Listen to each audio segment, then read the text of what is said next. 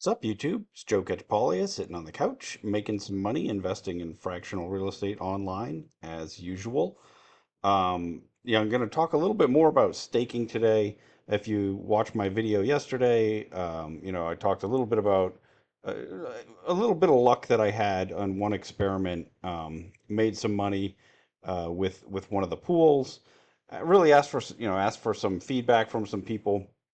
This was actually fantastic. I got more feedback on this topic from different people DMing me than I have on almost any other video that I've done. Um, One of the things is, so a lot of people pointed me to this DODO white paper.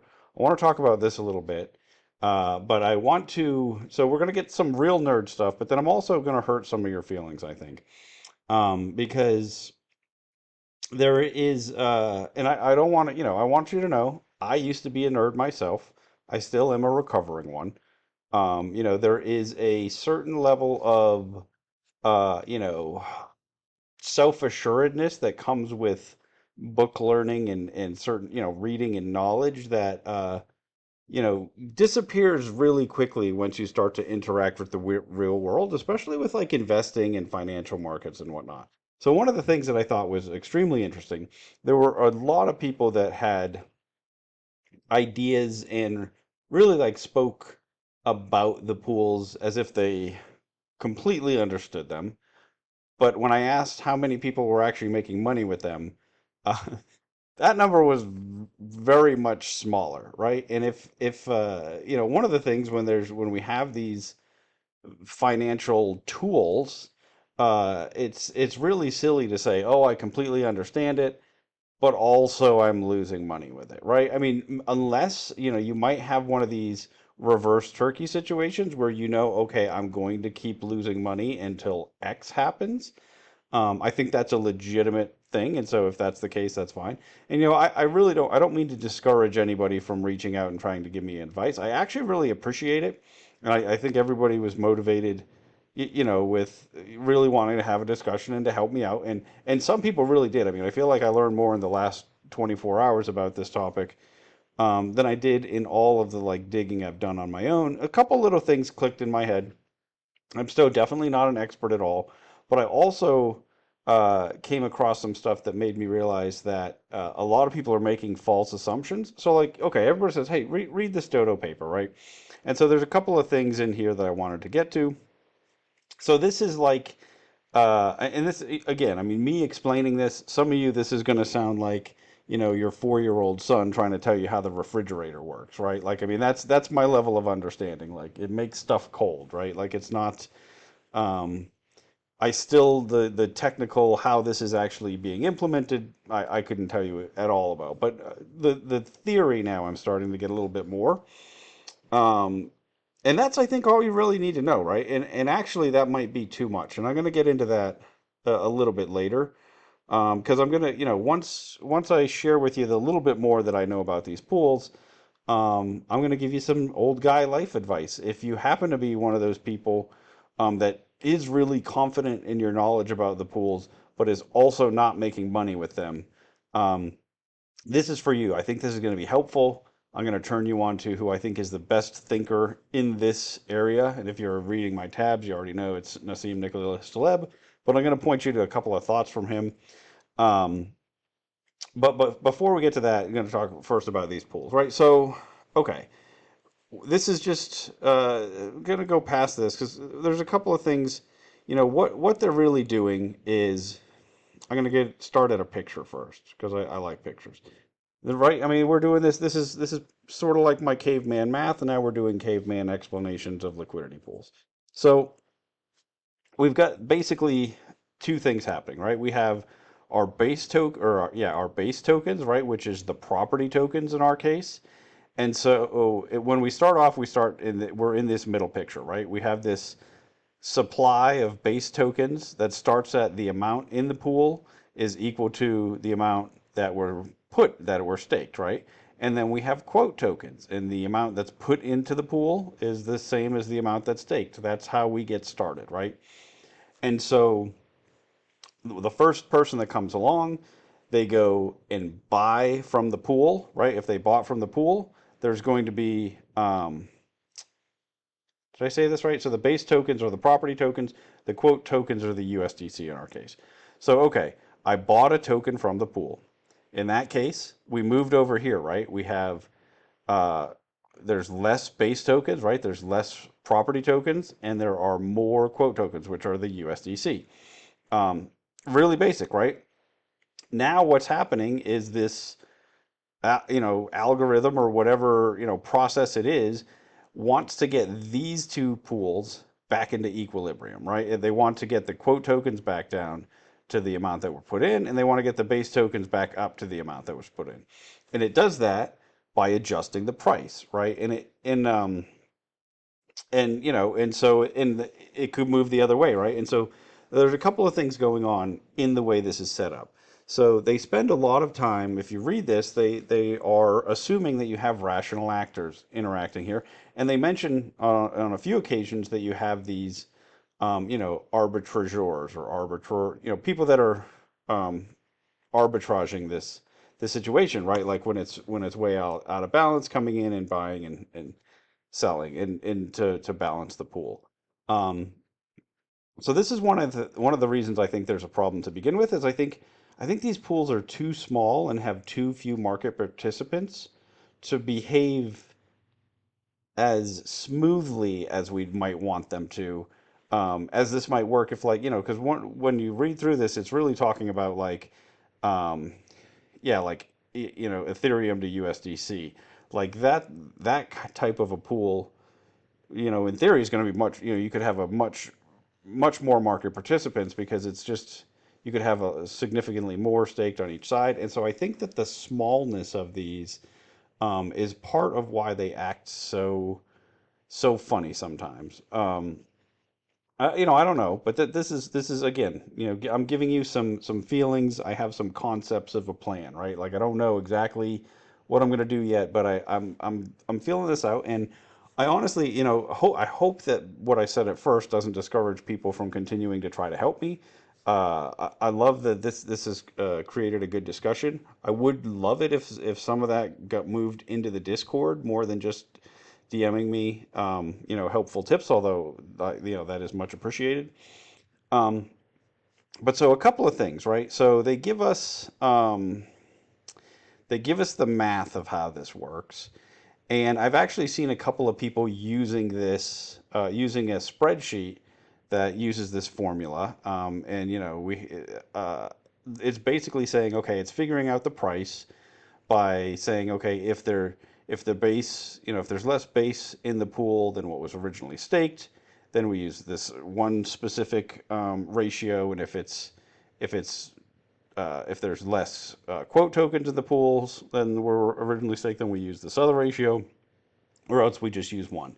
And then the ratio is being applied to the Oracle price, I believe, right?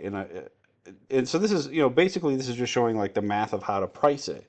But in the spreadsheets that I've seen floating around for this, the actual formula is saying if this is the case, then use this one, and if not, use this one. And why is it saying that? It's because in this model there are three possible states. There's the equilibrium, meaning everything's just like how it was in the beginning. There's the base token shortage or a base quote token shortage, or a base token shortage or a quote token shortage, meaning that you can't have a shortage in both pools at the same time, right? Or both sides of the pool at the same time. That sounds fun, right? Well, using my handy dandy Lofty assist tool here again, looking through pools, and you can see, well, wait a minute, that's not actually true, right? We've got a pool here that's got both tokens and both property tokens and USDC that's in a shortage. I know I saw one that they were both in a surplus, but as you scroll through, both in a shortage again. Um, I know I saw one that they were both in a surplus too. But anyway, you can see that there's at least several examples of them being broken. If you yeah, okay, both in a surplus here, right? And I had saw one that was like yeah, both of these are in a surplus. So this assumption that there are only three possible states doesn't hold true when we're looking at the actual pools in real life. One of the things that I was going through the Discord and reading a bunch of old discussions about this, and Jerry comes out and says, "Yeah, our implementation." He's like, "Read the white paper if you want, but our implementation doesn't follow it exactly." And so that's really clear. And what's interesting is there are a lot of people that pointed me to this that were unaware of that. They thought that, no, this is exactly how it works. And even some people, when you tell them that, no, there are some pools that don't behave like this, that you have a shortage in both pools, they're like, no, that can't happen, right? Because they're very much stuck in this, they read this is how it works, and that's how you're going to interact with it. Well, so this is going to get me to the Taleb story a little bit. So this reminded me of where is this? If you've read any Taleb, if you haven't read Taleb stuff, so this is Nassim Nicholas Taleb. Go to his Fooled by Randomness website. It's this dude here. I think that might be him when he was younger. I don't know. But read this whole set of books. Incerto. I know I'm always telling you to read stuff. I'm someone who just reads. I used to read a ridiculous amount. Now it's slowed down quite a bit because I spend more time doing other things and reading on YouTube and a lot of video games with the kid. That's why I've got the father and son gaming duo shirt on. I guess that didn't work too well, but anyway. Um, but yeah, I used to just read constantly. And this guy, I think, really. So I told you, I am a recovering nerd, right? Like I am very much. I started off. I got a master's degree in land economics and real estate. I was really like classically trained finance guy. Got into the real estate world. Was pretty quickly hit with the fact that the way things work in real life are not the way that they work in theory, right? And also went to law school. I went for free, right? Like I got a full scholarship. Like really, like yeah, super nerd, right? Like, but none of that is what has really helped me to make money in real life. I mean, to a certain extent, the knowledge helps, but I think that when you really stop and think about things, it is not. Um, and this is what, well, a couple of different things. So, what this reminds me of is how people are interacting with these pools and assuming they're a certain way. If you read this guy Taleb's books, one of his main characters is this guy Fat Tony, and he's like this street smart guy who like really understands, how the world works, and he makes money doing it. And so this one discussion of him, it's this guy Fat Tony is one guy, and the other guy in the story is Dr. John, who's like an engineer, really nerdy, understands statistics and math, and is really, really deep into that type of stuff. And so there, there's it's Taleb talking to them saying, hey, I've flipped a coin 100 times. It's landed on heads every single time, or he might have said 50 times. It's a fair coin. I'm going to go flip it again. What's the chance it lands on heads? Well, Dr. John, the smart statistics guy goes, well, it's a fair coin. Of course, it's 50-50. It's going to land on heads. Fat Tony, being the street smart guy that he is, says no. It's of course it's 100%. It's landed on heads 100 times. I don't care what you say about it being a fair coin. Clearly, it's rigged, right? Clearly, it's not working the way that you think it is. And so this is sort of his point. He uses this point over and over again of how let's see how this is his other thing. This is actually a forward to a book that he wrote, but this is another idea that he talks about a lot is like the idea of lecturing birds how to fly. Like, most of the time, the model that our education system, creates in us is that like people learn in school and then they go do things. But really, and that's in the way we figure out how to do things is by more research and education about it. But that really most progress comes in the other direction. It comes from practitioners in the field, tinkering, right, doing things over and over again. This is one of his things, like that. The real reason free markets work is they allow people to be lucky, right? Thanks to aggressive trial and error, not giving rewards or incentives for skill. It's the ability to just continually tinker that really makes free markets work. And I'm so much a believer in this idea. And so this is, this he actually it's a good one. This is just the forward to another book, but you can find it online on from his Fooled by Randomness thing. just right there. Quick little 6 page read, but he's really just talks about like how academia has like tricked us into thinking like we came up with these model, the academia came up with these models, and that's how practitioners know what to do. But it really has worked the other way. And so this is why, I did read this white paper initially, but then just sort of moved on. And, it was too early. I didn't really understand a lot of what was going on. But also, I realize, and I've learned this over time, that you can't just take your theory, plug it into the real world, and have it actually work right. That's why I like to, in everything I do, tinker or like experiment, put a little bit of money in. And that's what I've talked about this from day one on all of these platforms. Is I'm really still just experimenting, right? And I'm very glad that I did, right? Like if the first day you got on Lofty, if you took everything that you see on the first couple of pages at face value and you assume it's all true, you just lose all your money, right? I mean, like that's been not all your money, but somewhere around 30%, right? That's been the average, right? And so, one of the things I think that having the like experience of having been in business for a long time, I've just realized that like things very rarely work the way that people describe them to be. And so that's why all of this is me experimenting. I've used, what to me is a relatively small sum of money. So, if I lose it all, I'm not going to be very worried about it. I'm going to move on and, keep doing my real world real estate investing.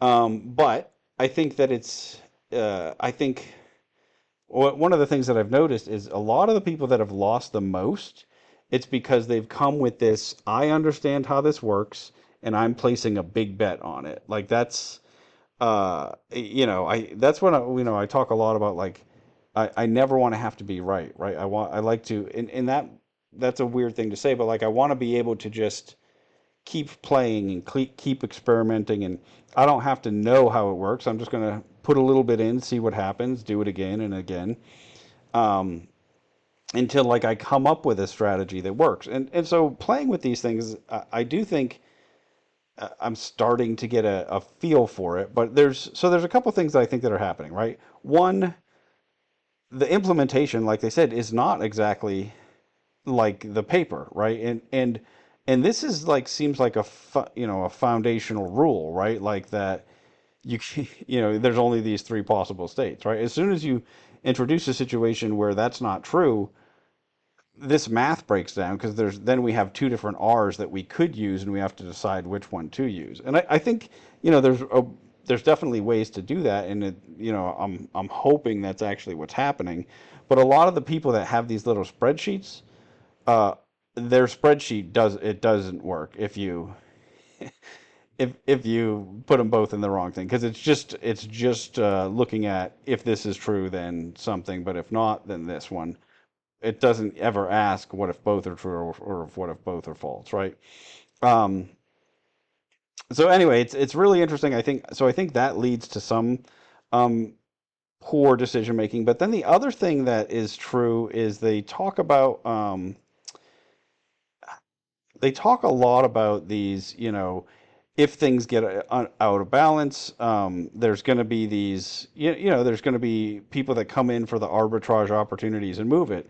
And I think one of the things that we're lacking, because there's such small markets, we're lacking sort of those real sophisticated arbitrage type people that interact with larger markets, right?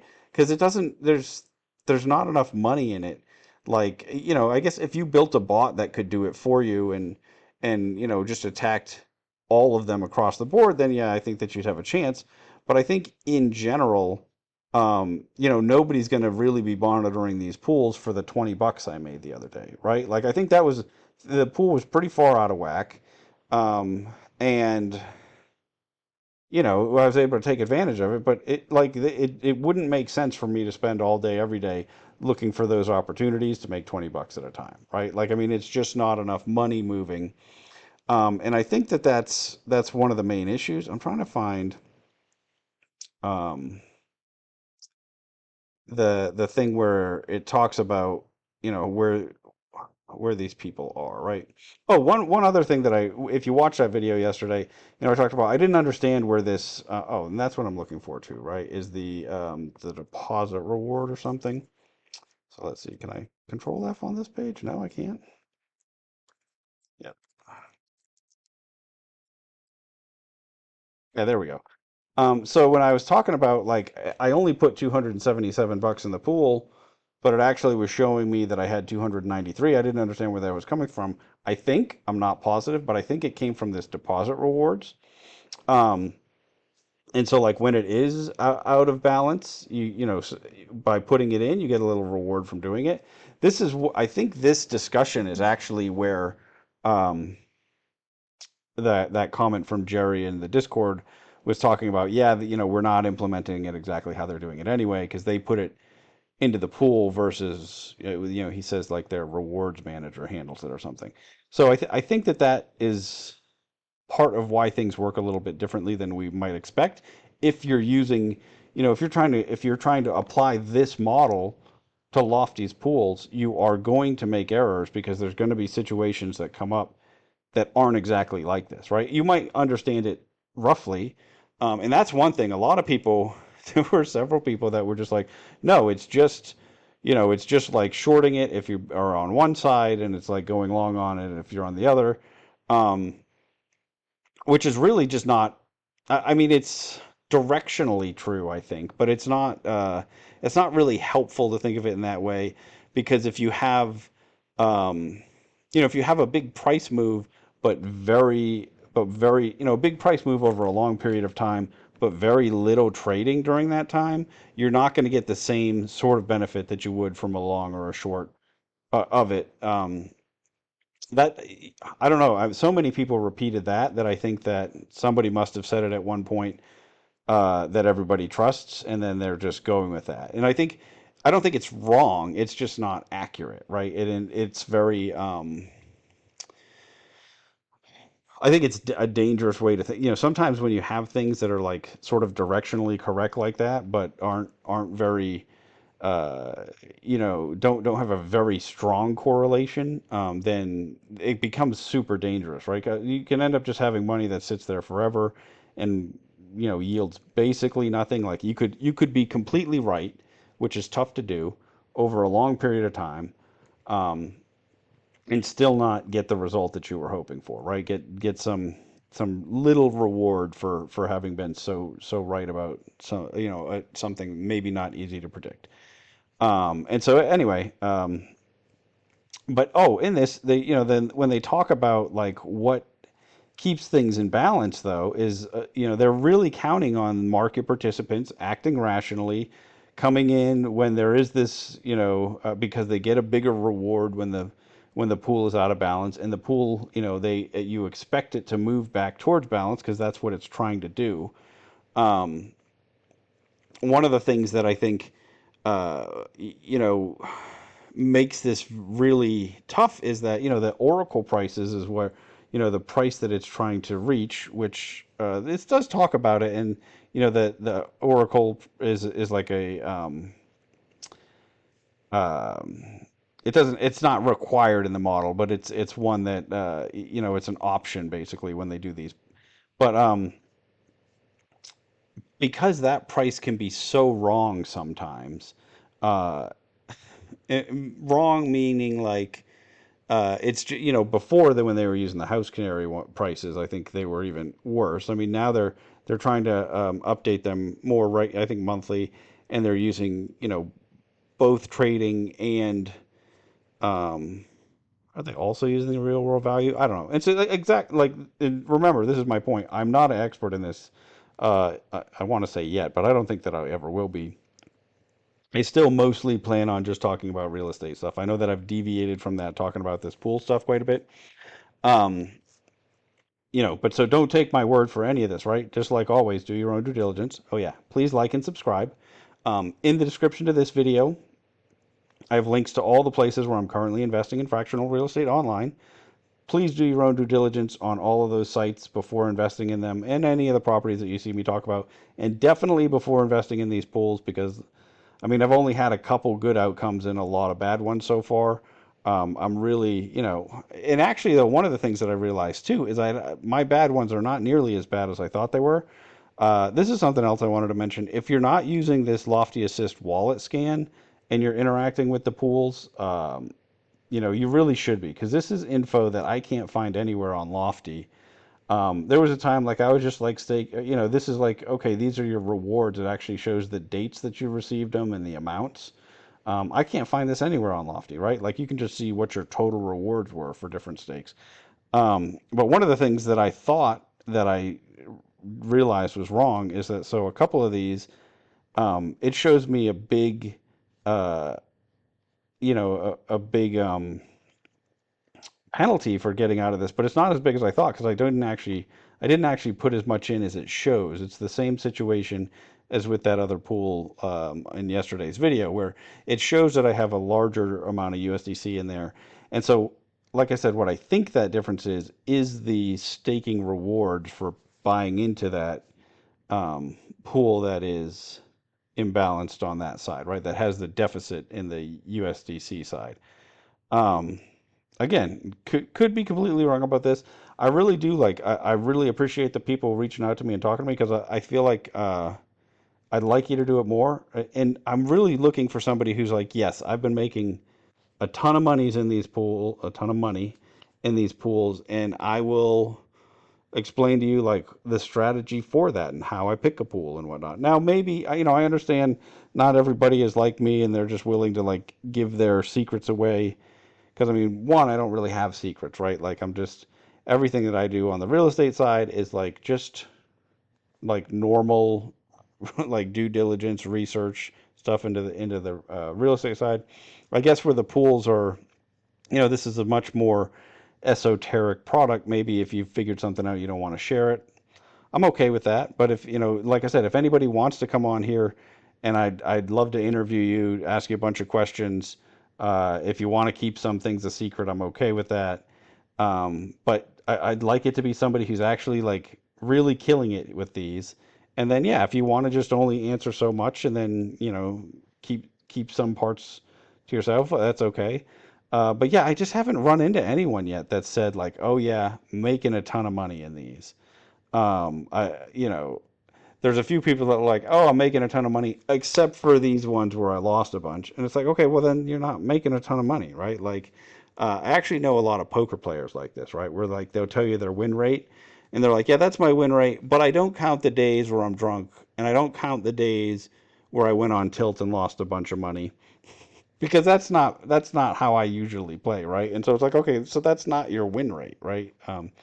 I don't know if you play poker. I think that probably is a good example. If you don't, it probably makes no sense at all, because it sounds like I'm just talking about gambling, which poker is not gambling. If you disagree with that, you can talk to the Ninth Circuit, not me. So I am not a degenerate for for playing that quite often. That's a weird aside. As usual, I always get into those. But so let me see if there's anything I want to wrap up here. So basically, what I am hoping to really put together for people. One, I wanted to share the little bit that I learned about this, because I think the more we can all share knowledge about the stuff that's like really opaque like this, the better. But I think it's really important to realize like this is not how it actually works, right? It's different from this. Lofty has not made it completely transparent in what way it's different. Maybe some of you have gone out and like looked into whatever the back end of this stuff is, and know exactly how they're addressing this. Um, but anybody who's just operating on the assumption that it works exactly like this is going to run into some problems sometimes, I believe. Um, and then I think that is just really important to think about in the broader sense of, are there times where you have like these theories that you've learned that you're trying to apply? And I see this is one that I see like real estate investors, especially new investors, all the time, that have taken some course on real estate investing. Often it's like, doing subject to deals, or certain ways to approach owner financing. And oftentimes they'll have learned a strategy, or a way of doing things that might be a perfectly legitimate strategy in Detroit, Michigan, but would never work at all in New Orleans, Louisiana. They're two completely different markets. The real estate laws in both markets are wildly different. That's why I picked Louisiana, because they have the weirdest set of rules surrounding their real estate. Um, I don't know if anybody knows this, but they're the only state in the country that isn't on the common law system. They use Napoleonic Code. If you go to law school in Louisiana, you're often able to choose one track or the other, or do both, um, which is so crazy that they like so. And I don't know, I don't know that I ever have really talked about this.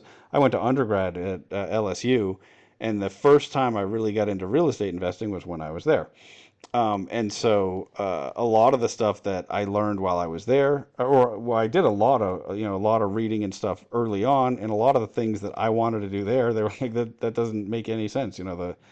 The words you're using aren't even right. And so then I went to Texas, and that's where I actually bought my first property. Um, and things worked a little bit more like the theory that I had read about, but really were still not exactly. Things were it just doesn't always it doesn't always work the way that you think it does, or the way that especially a lot of the the real estate gurus that have courses will tell you things that work a certain way, and they'll have done it that way. But it has worked. They'll find the one student out of 1,000 that actually made that type of deal work, or they'll ignore, or they just won't have done it enough times to have run into the actual problems that occur in it. They did it once, it worked great, and this is like me, right? I had the one good experiment this week with the liquidity pool. If I Now I'm going to go write a course, right? And I'm going to teach you how to make tons of money. I made a 12,000% return on that deal, annualized, when you annualize it. So a lot of the stuff out there, that's really what it's like. I mean, I feel like real estate is the worst industry when it comes to that. I mean, there's so many people trying to teach you, like, I mean, I don't know. Listening to a discussion about low ball offers the other day, and it's like, oh yeah, this is what you got, and like some of it's just so stupid, and it might work in certain like it's if you have a really strong buyer's market, some of these techniques might work. But if you are in a market that's anywhere close to equilibrium, all you're going to do is waste your time for hundreds or thousands of hours writing offers that nobody will ever take. And so, there's all these different. I think this is a recurring theme, but this was a really interesting one for me because it took me a while to realize how many people think they know about this and really don't get it. And it's because this is like way far outside of my domain. Like what, talking about the real estate deals on Lofty, it's always, or on any of these platforms, it's always really clear to me pretty quickly, like who knows what they're talking about and who doesn't, and like what deals actually make sense and what don't. Well, like I said, I mean, I'm like a newborn baby, interacting with the pools. Like I don't understand any of it. I'm, dumbing my way along here. But the way, and this is like the whole teaching the birds how to fly, and like you don't teach a baby how to walk by making them learn. They just keep trying until they walk, right? And that's what I'm going to do with these. I'm going to just keep doing little experiments. Uh, Most of the time, I probably won't share them because I want to actually provide some value on this channel, and I hope when I'm talking about real estate, people are getting a lot out of it.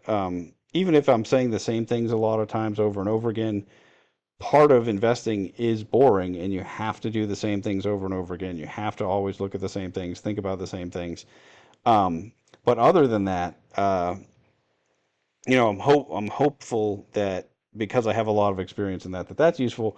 This stuff, until I get, like, if I have some interesting results or figure some other stuff out, I'll definitely talk about it again.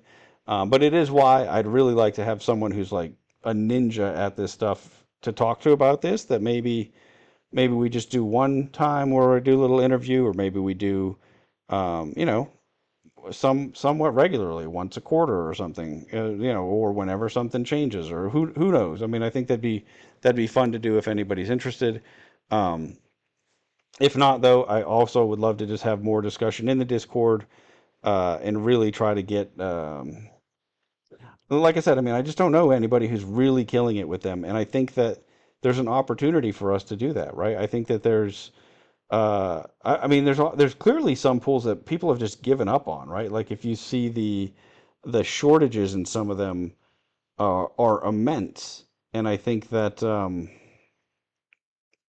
some of that has come from trading, but some of it has come from people just taking their money out and just taking a big penalty for doing it. And I think that there has to be some useful strategies that we can develop around like when there's a property that that there's a good reason to believe is severely mispriced, and maybe like for example like Odom, that's a property that I think is just silly cheap. uh, do your own due diligence. Don't just buy it because I am. I've bought a whole bunch of it, but you know, until we either execute a sale or, I mean, really, I think we have to sell it. I don't think that I think that there's the potential to do like a pad split there, but that it's going to take, too much actual coordination to do the construction project and whatnot. Forget about that. But I think that once we actually have it under contract and for sale, I think there's a decent chance that it will pop to a price that's closer to what I think that where the value is there. Maybe it doesn't, but is there some opportunity that one of those, the USDC side of that pool is way out of whack. I think it's just because so many people sold into it. Even though I kept buying out of it, I don't know. I probably should have done limit orders, and just let people sell to me. But I think that in a situation like that, right, where there's some catalyst that I think, okay, the price of this, the way people think about this, the price of this is going to change dramatically. Is there an opportunity to interact with the pools some way first and then make my token purchase, or then, or second, I think there's some strategies that, there's some potential to make a little bit more. But I'm the reason I'm very much just using small sums and experimenting is because one, I am doing very well actually making real returns on Lofty with small sums of money. Because of the slippage, you can't really do big sums, but I don't want to just nerf that completely by blowing all my money, put, putting things in pools that I don't know what I'm doing, right? So, but I think I will more and more try to tinker, aggressively tinker, try to figure out what's the real outcome, make a lot of small bets until I can see. And that's one more place. So I guess I'm going to talk about poker one more time. This is one place where I've seen this really obviously in real life. Like, so you have all these people that have like spent a lot of time reading books, taking courses, really studying poker, and maybe even doing well on poker online. And then they show up to our poker room, and try to implement their strategies that they've read, and nobody plays the way they're supposed to. Like these people are like, me as the new guy, I'm like, why is everybody playing wrong? And then it turns out I just lose all my money, right? And it's this happened to me when I first got started. I had read a bunch of books. I went and the way that people play in real life, especially in low stakes, it has very little to do with, um, if you just play, the way the theory dictates, you end up, I mean, it depends what theory you're following, but in general, I've seen a lot of those people just get crushed, by people who have never read a poker book in their life, but have been playing for the last 30 years and just understand the human aspect of the market. And that's and I think that's what I think a lot of people are missing here too. And so like the Dodo implementation, okay, let's say we were acting exactly, these pools were set up exactly like it was, like they prescribed, which it's not. But if it were, I still think we'd have some weird stuff going on because we have such irrational markets, and we have, inefficient markets because it's small, very small groups of people, very small groups, very small sums of money, very thin trading. And I think that that's part of it, right? Because, if you read that paper, there really is a lot of dependence on, uh, people, taking advantage of arbitrage opportunities, and behaving rationally when they interact with things, and not being willing to take a 90% penalty to pull their money out. Like, you would in theory, like, there's just virtually nobody's doing that, or really it shouldn't have even gotten that imbalanced because somebody else should have come in and taken advantage of that. Um, but we don't see all that, right? Like, we're like, it's just very clear that it's not playing out in practice the way you expect it to in theory. Uh, and it is, partially, I think, because it isn't, the implementation in math isn't done exactly the same. But I think also in large part because people were just not acting in the way, that they'd be expected to. And I think that, I mean, this is only my speculation, but I think that's due to the small size, right? Because then, I think the larger markets get, the more you have these people that are just sort of like, just there taking advantage of the inefficiencies and like squeezing the price into the right direction. And then the other thing that I think that we end up having here is that, that Oracle price change. You can, like, we can have things that happen to the property that change the, where the real Oracle price should be by quite a bit. But it's not going to catch up to that immediately, right? Like, for example, well, this Mount Vernon one that had the lightning strike and the insurance, coming in. This one was a fun. I already sold mine. This one was a funny one. I didn't interact with the pool at all, just with the tokens. But I think that I think we saw some somewhat irrational behavior around that, which is interesting. Um, I don't know, but so I think all of that in general is why,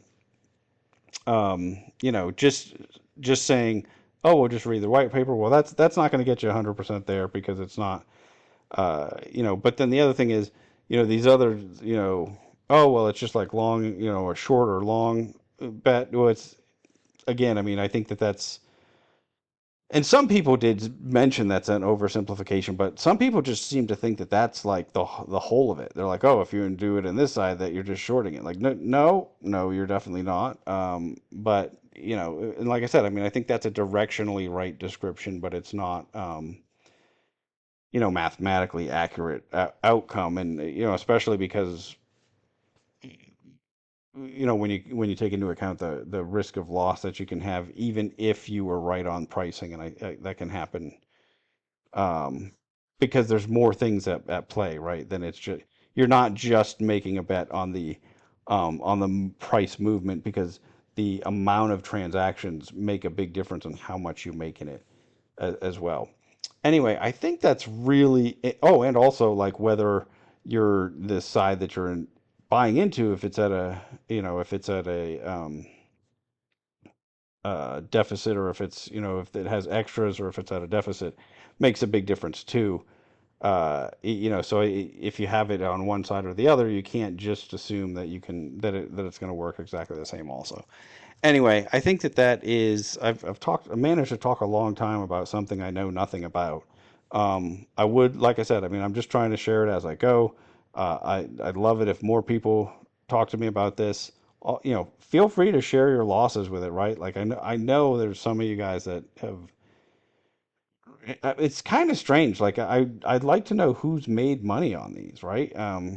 Because it does seem like, for the most part, people that I've talked to, even a lot of the people that had advice on it, were not, some people have made some money, but for the most part, it doesn't seem like that's what's happening. And I can't figure out, it doesn't seem possible that everybody's right? Somebody's got to be making money from this. And maybe those people are just being quiet and they don't want to tell the rest of us. If that's you, shame on you. Help out the little guy here. It's not like, I mean, I guess right now it's tiny markets, but at a certain point, um, this should be big enough for all of us if we get there, right? And that's part of why I am always trying to help out everybody on here, is because I think that there's huge opportunities in fractional real estate investing in general, but those only come to life if enough people are successful with fractional real estate investing that the industry survives, right? All these people getting scammed, everybody losing money, all the bad outcomes, the average loss on the platform, like, uh, that's that's really hurting the future of the industry. or at least of this platform, but I think the industry as a whole. I mean, I think a lot of the people that got burned by Lambda have mentioned every time something comes up, they're like, "Oh, that's just another Lambda," and they're never going to invest in it. Excuse me. So, I think that the more that we can all help each other understand how things work, you know, and I think it's just going to be a better outcome for all of us, which is why I'm doing this. Anyway, that is it for me for today. Until next time, I'm just going to keep making mistakes so that you don't have to. And I'm going to tell you about them because, like, I try to share my mistakes. I think maybe I need to do more of this because I definitely have more mistakes here than on the buying property side. But if we went further back in time, the opposite, something different would be true there. Anyway, have a super night.